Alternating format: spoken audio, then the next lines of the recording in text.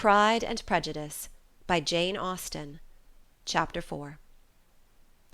When Jane and Elizabeth were alone, the former, who had been cautious in her praise of Mr. Bingley before, expressed to her sister just how very much she admired him. "He is just what a young man ought to be," said she, "sensible, good-humoured, lively, and I never saw such happy manners, so much ease, with such perfect good breeding." "He is also handsome," replied Elizabeth, "which a young man ought likewise to be if he possibly can. His character is thereby complete." "I was very much flattered by his asking me to dance a second time. I did not expect such a compliment." "Did not you? I did for you. But that is one great difference between us. Compliments always take you by surprise, and me never. What could be more natural than his asking you again? He could not help seeing that you were about 5 times as pretty as every other woman in the room. No thanks to his gallantry for that. Well, he certainly is very agreeable, and I give you leave to like him. You've liked many a stupider person." "Dear Lizzy!" "Oh, you are a great deal too apt, you know, to like people in general. You never see a fault with anybody. All the world are good and agreeable in your eyes. I never heard you speak ill of a human being in your life."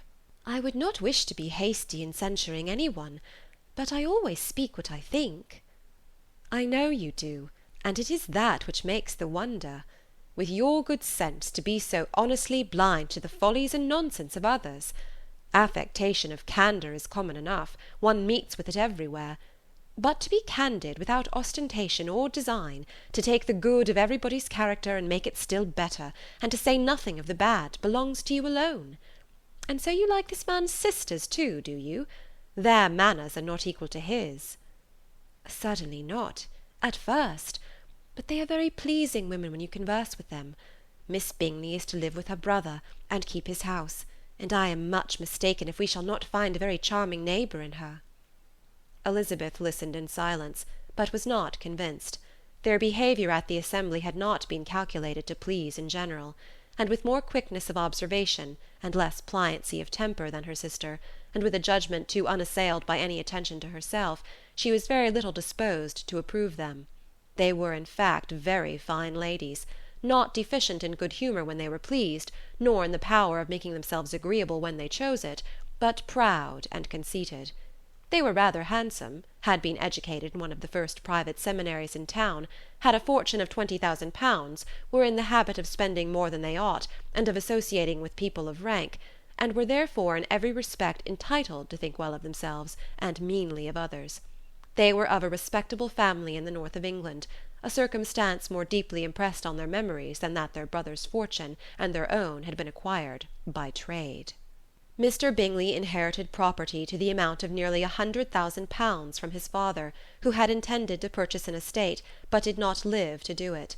Mr. Bingley intended it likewise, and sometimes made choice of his county, but as he now was provided with a good house and the liberty of a manor, it was doubtful to many of those who best knew the easiness of his temper whether he might not spend the remainder of his days at Netherfield, and leave the next generation to purchase. His sisters were anxious for his having an estate of his own, but though he was now only established as a tenant, Miss Bingley was by no means unwilling to preside at his table, nor was Mrs. Hurst, who had married a man of more fashion than fortune, less disposed to consider his house as her home when it suited her. Mr. Bingley had not been of age 2 years, when he was tempted by an accidental recommendation to look at Netherfield House. He did look at it, and into it for half an hour, was pleased with the situation and the principal rooms, satisfied with what the owner said in its praise, and took it immediately. Between him and Darcy there was a very steady friendship, in spite of great opposition of character. Bingley was endeared to Darcy by the easiness, openness, and ductility of his temper, though no disposition could offer a greater contrast to his own, and though with his own he never appeared dissatisfied. On the strength of Darcy's regard, Bingley had the firmest reliance, and of his judgment the highest opinion. In understanding, Darcy was the superior.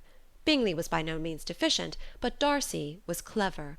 He was at the same time haughty, reserved, and fastidious, and his manners, though well bred, were not inviting. In that respect his friend had greatly the advantage. Bingley was sure of being liked wherever he appeared. Darcy was continually giving offence. The manner in which they spoke of the Meryton assembly was sufficiently characteristic. Bingley had never met with more pleasant people or prettier girls in his life. Everybody had been most kind and attentive to him. There had been no formality, no stiffness. He had soon felt acquainted with all the room, and as to Miss Bennet, he could not conceive an angel more beautiful. Darcy, on the contrary, had seen a collection of people in whom there was little beauty and no fashion, for none of whom he had felt the smallest interest, and from none received either attention or pleasure. Miss Bennet he acknowledged to be pretty, but she smiled too much. Mrs. Hurst and her sister allowed it to be so, but still they admired her and liked her, and pronounced her to be a sweet girl, and one whom they would not object to know more of. Miss Bennet was therefore established as a sweet girl, and their brother felt authorized by such commendation to think of her as he chose. Chapter 5